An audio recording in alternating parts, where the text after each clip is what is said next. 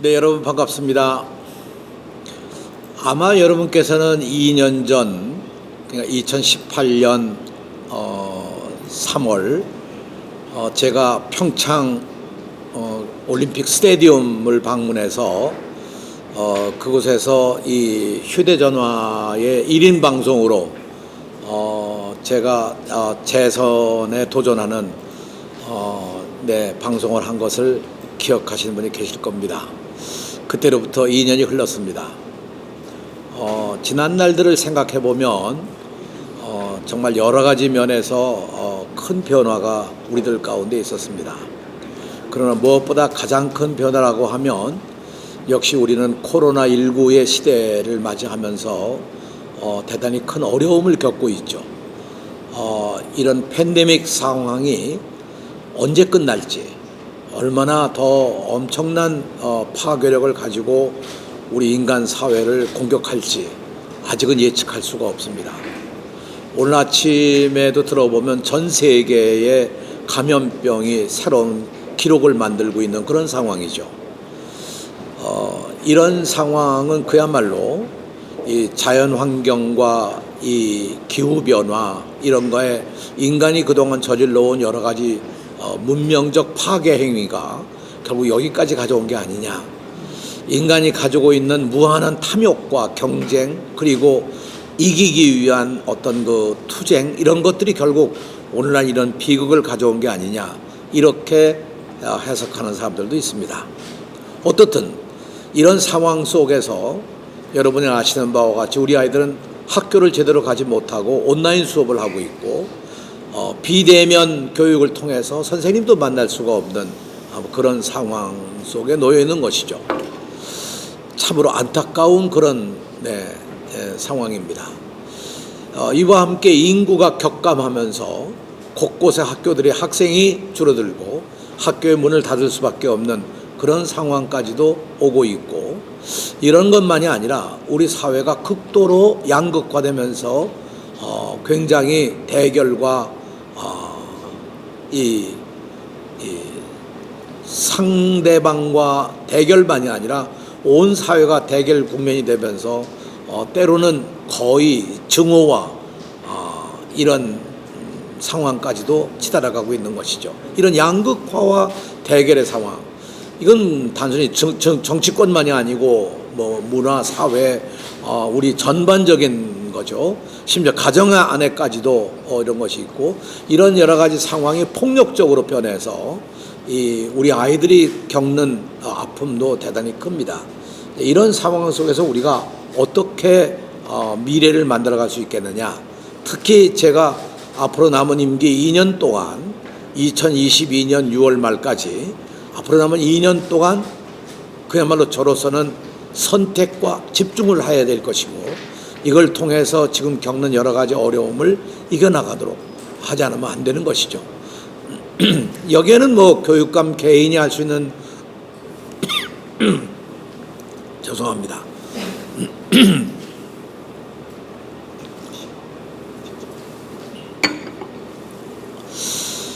개인이 할 수 있는 역할도 있겠지만 우리 모두가 힘을 모으고 지혜를 모으고 노력을 하지 않으면 이겨나갈 수가 없는 일이라고 생각합니다.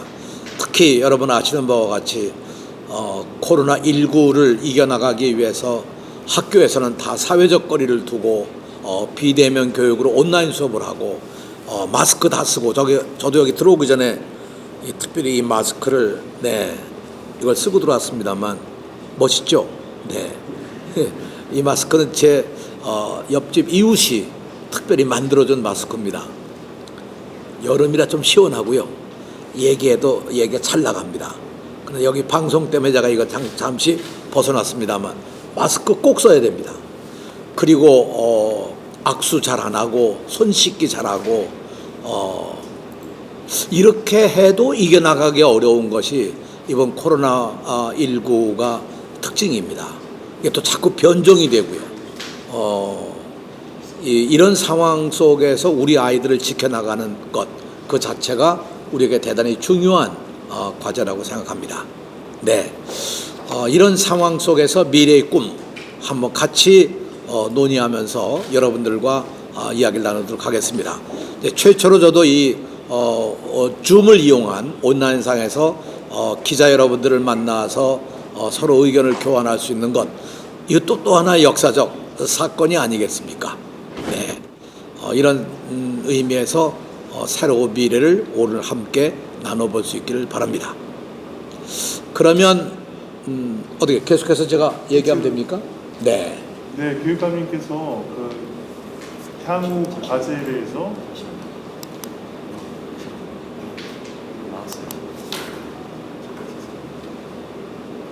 예, 저도 익숙치 않아서 죄송합니다. 예, 그러면 교육감님께서 향후 경기교육의 목표와 과제에 대해서 PT를 통해서 발표를 하시겠습니다. 네, 지금부터는 준비된 PPT를 가지고 여러분에게 앞으로 2년, 이 중요한 2년간의 우리들에게 주어진 여러 가지 문제점들을 나눠보도록 하겠습니다. 앞으로 2년이 얼마만큼 중요한 시기냐 하는 것은 앞서 인사 말씀에도 말씀드렸습니다만, 앞으로 2년은 그야말로 우리들에게 주어져 있는 천금 같은 기회라고 생각합니다. 물론 어느 시기든 중요하지 않은 때는 없었죠. 그러나 앞으로 2년이 굉장히 중요한 것은 역시 전 세 가지 관점에서 보고 싶습니다. 하나는 지금 이 코로나 바이러스의 엄청난 공격을 어떻게 막아내고 우리 아이들의 건강을 지켜갈 것이냐 하는 게 하나의 과제고요. 둘째로는 역시 한반도에 지금 불어닥쳐 있는 남북 간의 대결 국면. 2년 전만 해도 우리는 정말 꿈 같은 기회를 가지지 않았습니까? 4.27 판문점 선언이 있었고 9.19 평양 선언이 있었고 그리고 북미 정상회담이 두 차례나 열리지 않았습니까? 그때만 해도 우리는 남북 관계가 정말 빨리 뭐가 이루어질 거로 생각했지만 역시 아직도 우리는 해결을 못한 채 6.25 한국전쟁 70주년을 금년에 맞이하고 있는 거죠. 여기에 어떻게 우리가 평화를 만들 것인가 하는 게 굉장히 중요한 이야기라고 생각합니다. 미래 시대에 또 우리가 만들어 가야 할 교육은 무엇이냐? 미래 시대는 그야말로 지금과는 전혀 다른 시대 아니겠습니까? 이제까지 가졌던 학교의 개념, 교육의 개념, 심지어는 선생님들의 역할, 수업 방법, 성적으로 대별되던 여러 가지 성과, 이런 것이 근본적으로 바뀌지 않으면 안 되는 그런 시기가 앞으로의 전 2년이라고 생각합니다. 그 2년이라는 이 기간이 보기에 따라서는 짧을 수밖에 없지만 그 중요도에서 비춰보면 이제까지 우리가 살아온 지난 20년 기간보다도 훨씬 중요한 기간이기 때문에 이 2년 동안에 절대로 놓쳐서는 안 되는, 또 그냥 주저앉아서 가도 안 되는 그런 과제들이 우리에게 있다고 생각합니다. 네, 그럼 이제 다음으로 넘어가겠습니다.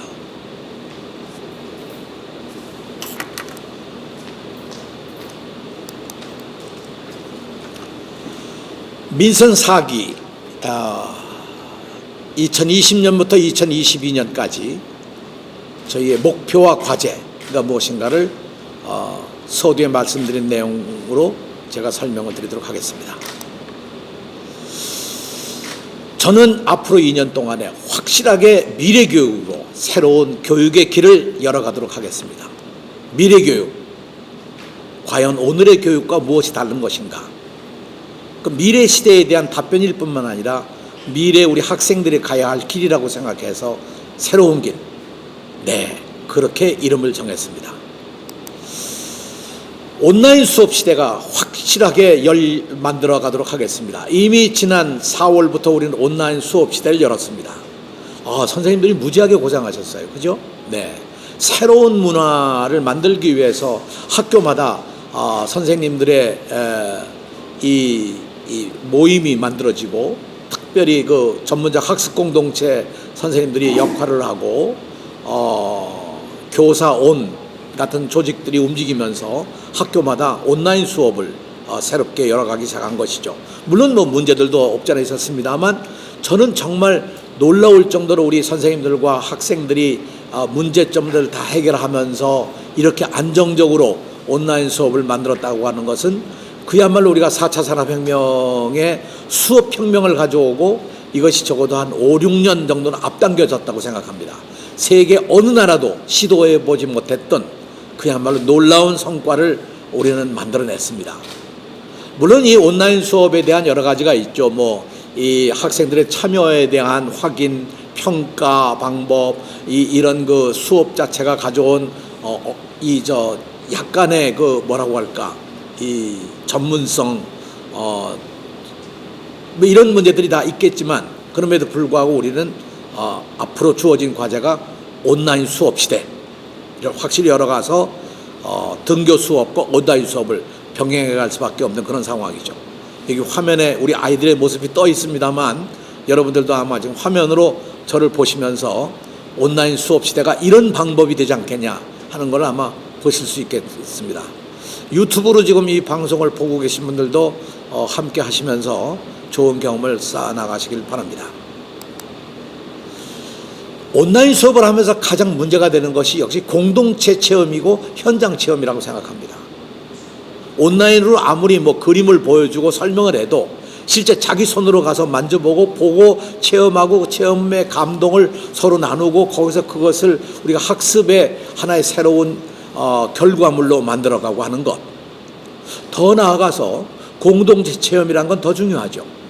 대개 우리가 집에서도 형제가 거의 없이 단독으로 지내고 있고 부모님들과 얘기를 나누는 것도 그렇게 원만하게 얘기를 나누기가 어렵고 대화도 그렇게 없고 학교 끝나면 학원 가고 학원 끝나면 뒤늦게 집에 와야 되고 학원도 2군데 3군데 가는 학생들도 있고 이래가지고는 우리가 역시 원만한 사회적 인간으로 서기가 어렵기 때문에 그런 사회성도 기르고 동시에 우리가 함께 살아가는 그런 경험을 쌓도록 하기 위해서 공동체 체험을 위한 그런 프로그램도 강화해 나가지 않으면 안 된다고 생각합니다.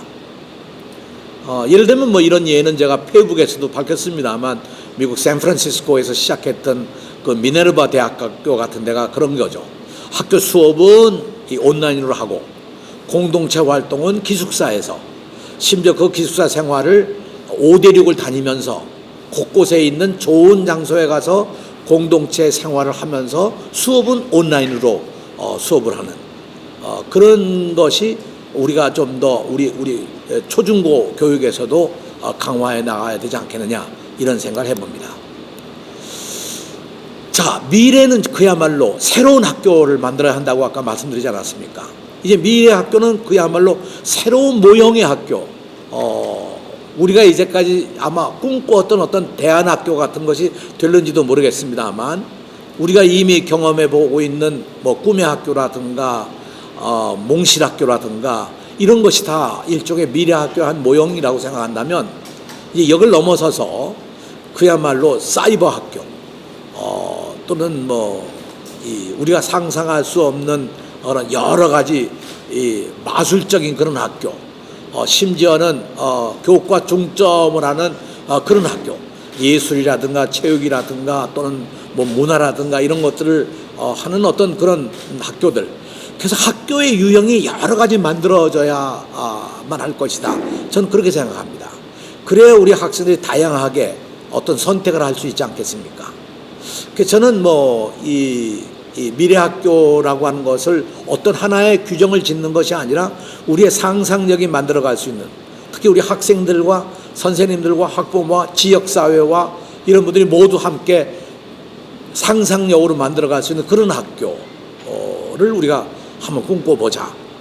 그동안 여러 가지 시도가 있었습니다만 그런 시도들을 묶어서 한층 더 발전된 그런 미래학교를 만들어 보려고 하는 것이죠. 이 학교는 이제까지 우리가 생각했던 학교 울타리 안에 있는 학교가 아니고 울타리 밖을 나와서 그야말로 이 사회 속에, 이 역사 속에 살아있는 그런 학교를 저희는 꿈꾸고자 합니다. 저는 이것이 교육부나 교육청, 교육지원청에서 이렇게 만들어지는 게 아니라 현장에서 우리 학생들과 교사들과 학부모들과 그 지역사회가 꿈꾸는 학교로 이런 학교들을 한번 여러 가지 만들어 보자는 생각을 가지고 제안을 합니다. 벌써 우리 시작했습니다. 수원과 부천과 의왕에 중고 통합학교 혹은 초중 통합학교를 만들면서 이 통합학교의 모습이 학교의 공간으로부터 커리큘럼의 운영으로부터 학생 활동으로부터 교육 방법으로부터 모든 것을 다 새롭게 해나가는 그런 학교로 꿈꾸면서 지금 학교를 만드는 작업을 시작하고 있습니다. 네, 새로운 미래 학교의 새로운 모형으로 만들어 가겠습니다. 아유, 이거 정말 중요한 문제 아니겠습니까? 감염병이 이젠 뭐 우리가 메르스, 사스 이런 걸 다 경험해보고 뭐 아프리카 돼지 열병 이런 것도 경험하고 다 했습니다만 이제 감염병이 본격적으로 우리 주변에 늘상 일어날 수밖에 없는 그런 상황. 아마 어쩌면 우리가 늘상 마스크 쓰고 손 닦고 이렇게 하면서 지낼 수밖에 없는 이 사회적 거리를 두고 살 수밖에 없는 그런 상황 아니겠습니까? 그래서 유치원부터 초중고를 막론하고 어느 학교든지 이 보건교육을 강화함으로써 학생들의 건강을 지켜내고 감염병으로부터 예방하는 이런 일상적인 이런 교육을 강화해 나가도록 하겠습니다. 이것은 단순히 학생들만 아니고 아마 학부모들에게도 같은 맥락으로 교육을 해야 되리라고 생각합니다. 아마도 학부모들에게는 이와 같이 온라인으로 연결해서 여러분들이 보고 또 보고 하면서 아이들의 건강을 지켜나갈 수 있는 가정에서 할 수 있는 일들을 다 하실 수 있도록 그렇게 만들어 가겠습니다. 네, 이 1단계가 미래교육에 대한 말씀을 드렸습니다. 다음, 이제 4차 산업혁명 시대를 우리가 흔히 얘기할 때 개방공유협력 이렇게 말을 합니다. 그럼 이 개방공유협력이라는 4차 산업혁명의 하나의 목표와 가치를 어떻게 우리 교육에서 만들어갈 거냐? 저는 그것이 전적으로 시민교육에 달려있다고 생각합니다. 우리 아이들 입시교육이 아니고 뭐 성적 만들어가는 그런 외우기 교육이 아니고 그저 교과서를 중심으로 해서 배우는 그런 교육이 아니라 그야말로 이 시대에 정의로운 사회를 만들어가고 그리고 이 시대에 공정함을 지켜나갈 수 있고 이 시대에 사회적 가치를 세워나갈 수 있는 그런 시민교육으로 강화하겠다는 것이죠. 이 기반을 앞으로 2년 동안 만들어야만 합니다.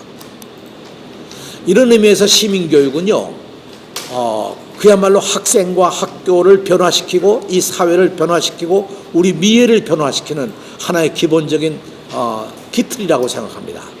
시민교육을 통해서 학생은 학생대로 이 사회와 이 역사 속에서 어떻게 우리가 미래를 만들어가고 교육할 것인가. 학교는 새로운 관점에서 학교의 프로그램과 학교의 교육 방법과 학교의 내용들을 바꿔나가야 되겠죠. 동시에 이것은 우리가 원하는 미래 사회, 정말 우리가 꿈꾸는 그런 어떤 이 이웃과 이웃, 인간과 인간, 인간과 자연, 그런 모든 관계가 그야말로 정상화되는 그 서로 갈등과 대결이 없이 그야말로 함께 살아갈 수 있는 그런 사회로 만들어가는 것이 저는 시민교육이라고 생각합니다. 이것이 이 시대의 가장 중요한 과제가 아닐까 봅니다. 그러면 시민교육은 뭐냐? 우리가 그동안 얘기해 왔습니다만 우리가 민주시민, 네, 민주사회를 만들어가는 민주시민교육, 이 평화시대를 만들어가는 통일시민교육, 그리고 온 세계와 함께 공유하고 함께 할 수 있는 세계시민교육. 결국 이것이 우리 미래의 길이 아닐까, 우리 학생들의 미래의 길이 아닐까. 저처럼 기성세대의 길은 이미 벌써 다 지나갔습니다만 우리 미래 시대의 길은 바로 이러한 가치를 통해서 만들어질 수 있지 않을까 이렇게 생각을 합니다. 여기 화면에 아이들이 투표하는 이 도장 찍은 이 모습이 나와 있는데요. 저는 우리 아이들이 어떻든 시민으로서의 역할을 하려면 지금 고3 18세가 투표권을 갖는 유권자가 됐습니다만 적어도 저는 2년 후에 교육감 선거를 할 때 고등학교 1학년부터는 모두 투표에 참여해서 학생들의 교육을 짊어지고 갈 교육감을 선출하는데 학생들의 의견이 반영될 수 있도록 변화하는 것, 그것이 전 미래의 길이 아닐까 그렇게 생각합니다. 왜 제가 이 민주시민, 통일시민, 세계시민을 강조하느냐 하면 지금 자라나는 세대들이 이 의식을 가지고 미래를 만들어가지 않으면 미래가 없다는 거죠. 미래가 없다는 것처럼 얼마나 허망한 겁니까? 그런 의미에서 저는 우리 학생들이 가지고 있는 의지와 희망을 이 세 가지 과정 속에서 이루어가야 된다. 이것이 미래의 길이다. 그러면 그런 학교를 만든다면 어떻게 되느냐? 저는 정말 가장 중요한 내용이 학교 안에 경쟁보다 협동이 살아있는 학교가 되어야 된다는 거죠. 지금 당장. 네. 여러분 아시다시피 이제까지 우리가 학교 교육이 얼마만큼 점수를 만들어내냐는 점수에 의한 성적에 의한 경쟁 시대였다면 앞으로는 그 교육을 통해서 무엇을 얼마만큼 상상력을 가지고 새로운 세계를 창조적으로 만들어가기 위해서 함께 힘을 모으느냐 하는 협동이 중요한 내용이라는 것이죠. 그 내용이 살아있는 그 방법이 살아있는 그 정신이 살아있는 학교가 되는 것, 그것이 오늘날 우리가 바라보는 이 일이라고 생각합니다. 이게 시민정신 아니겠습니까? 저는 3년 전 시청 앞 광장을 비롯해서 전국적으로 어둠을 밝혔던 그 촛불의 시위라고 하는 것, 그것이 협동의 가장 중요한 하나의 살아있는 모습이었던 거죠. 얼마나 생생합니까? 그때 우리는 하나의 축제 같은 것을 경험했고요. 그때 우리는 하나의 미래에 우리가 가야 될 어떤 길을 생각했고, 그것이 새로운 역사를 만들지 않았습니까? 다시 말하면 살아있는 학교의 교육이라고 하는 것은 점수를 잘 받아서 내가 어느 학교를 가고 진학하고 그것이 아니라 그야말로 새로운 미래를 만들어 가는데 내가 아주 중요한 하나의 촛불의 역할을 하는 것. 그런 생생한 미래와 연결되어 있는 그런 학교 교육. 그것이 우리들에게 중요한 길이 아니겠냐는 것이죠. 경쟁보다 협동이 살아있는 학교. 우리는 이런 학교를 꿈꿉니다. 그럼 다음 단계로 넘어가겠습니다. 다음 단계는 과연 경기교육. 이게 힘은 어디서 나올 거냐? 저는 경기교육의 힘은 교육자치라고 생각합니다. 경기교육의 힘을 여러 가지로 설명할 수 있습니다. 혁신학교로부터 시작해서 경기교육에는 다양성, 그 이외에 학교마다 있는 어떤 협동조합, 학생들의 자치회, 학부모회의 어떤 것, 학교 운영위원회, 학교가 스스로 만들어가는 여러 가지 프로그램 다 있지만 그것을 하나의 총체적인 용어로 하나로 묶는다면 교육자치죠. 우리가 경기교육을 어떻게 교육자치로 꽃피울 수 있겠느냐. 저는 여러분 기억하시겠습니다만 2019년 새해를 시작하면서 저는 경기교육의 가장 큰 목표를 교육자치에 두고 2019년을 교육자치의 원년으로 삼았었죠. 하나의 시작이었습니다. 그럼 앞으로 2년 동안 그 교육자치를 어떻게 만들어갈 것이냐.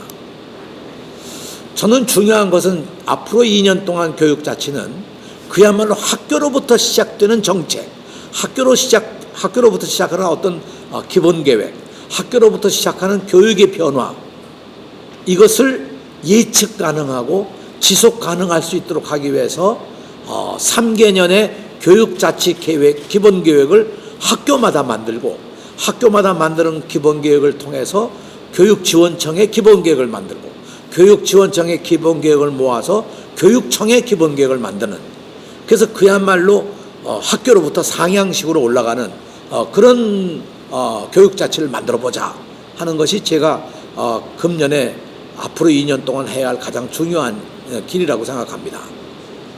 이제까지 여러분 생각해 보세요. 교육은요, 이제까지 교육부로부터 다 지시가 내려오고, 그 다음에 교육청이 지시를 내리고, 교육지원청이 지시를 내리고, 그럼 학교는요 그거 다 일일이 치닥거리 하다가 그냥 정신없이 지내지 않았습니까? 학교 선생님들은 이거 업무가 과중하다 매일 그렇게 얘기하고요. 그 학교로부터는 어떤 것을 해야 되느냐, 이런 아주 여러 가지 비판도 있었죠. 그래서 저는 경기교육의 기본계획 학교로부터 2021년부터 2022년까지 3개년 계획을 금년 안에 세워보자. 물론 코로나 바이러스 때문에 어렵기도 하지만 선생님들은 선생님대로, 학부모는 학부모대로, 학생들은 학생대로, 우리 관리자인 교장 선생님, 교감 선생님대로, 지역사회는 지역사회대로 우리 학교가 가야 될 어떤 내용들을 같이 모아서 앞으로 3년 동안 우리는 어떤 것을 선택하고 집중해서 나갈 거냐, 이런 계획들을 한번 세워보자는 겁니다. 정부는 보통 5개년 계획을 세우죠. 네. 그래서 5개년 계획을 매년 조금 수정해 가면서 갑니다. 제가 옛날 통일부에 있었을 때도 5개년 계획을 세워서 어떻게 통일시대까지 가느냐, 그런 걸 세운 적도 있었는데요. 하여튼 이런 것은 단순히 기본계획 세우는 것만이 아니라 세운 다음에 평가도 같이 해야 될 겁니다. 우리가 지난해 한 것이 어떤 거냐, 어떤 점에서 문제가 있었느냐,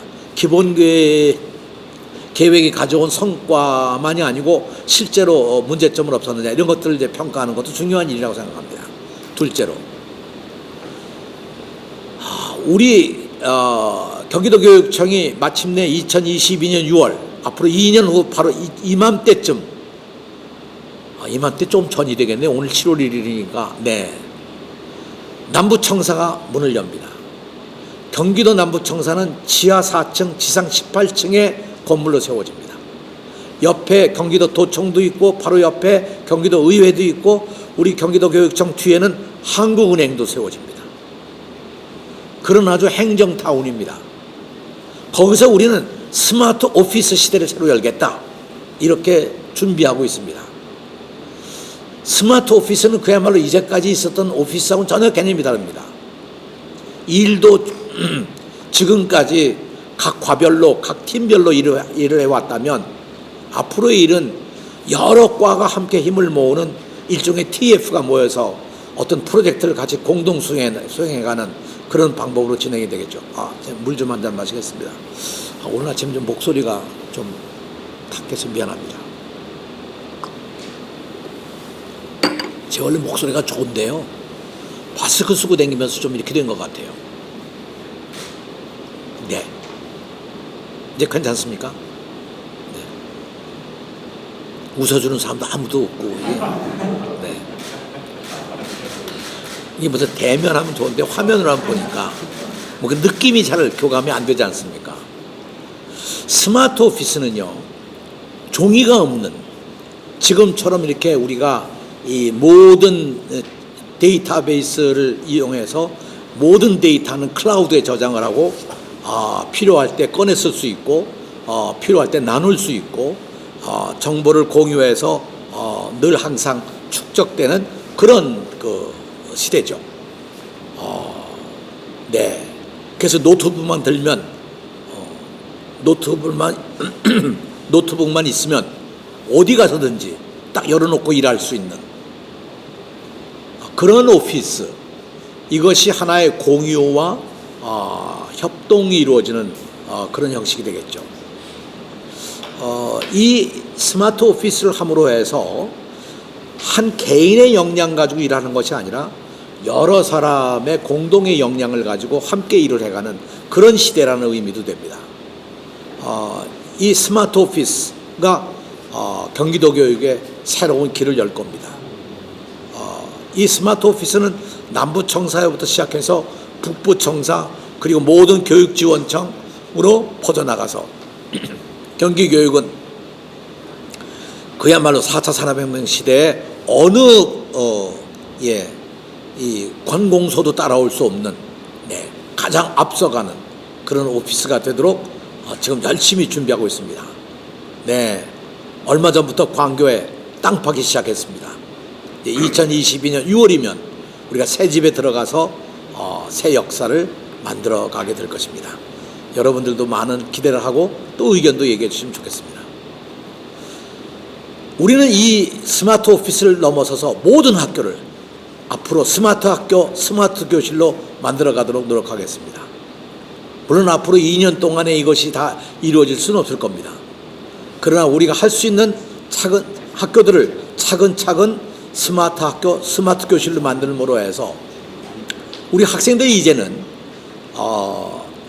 이 디바이스를 활용해서 국내에 있는 여러 다른 학교들을 물론이고 외국에 있는 학교들까지 같이 공동 수업을 하는 그런 디지털 수업의 시대도 열리게 될 것입니다. 그래서 우리가 꿈꾸는 것은 그야말로 스마트 학교, 스마트 교실로 발전해가는 것, 그것이 우리의 과제고 목표가 될 것입니다. 여러분은 지금까지 앞으로 2년 동안에 경기도 교육청에 해나가야 될 기본 방향을 몇 가지 설명을 드렸습니다. 지금 드린 이 내용들은 앞으로 우리 경기도 교육청에 있는 모든 경기 교육가족들이 힘을 모아서 만들어갈 것이고 교육가족뿐만 아니라 지역사회에 있는 분들까지도 모두 함께 공유하면서 나갈 것입니다. 특히 저는 혁신교육 지구 3.0 시대를 열면서 31개 시군에 각각 만들어지는 그 혁신교육 포럼을 통해서 오늘 드린 이 말씀들을 같이 공유하고 여기에 보완 첨삭하면서 앞으로 더 좋은 미래, 새로운 미래 그리고 행복한 미래를 우리 학생들에게 만들어주고자 합니다. 여러분 경청해 주셔서 고맙습니다.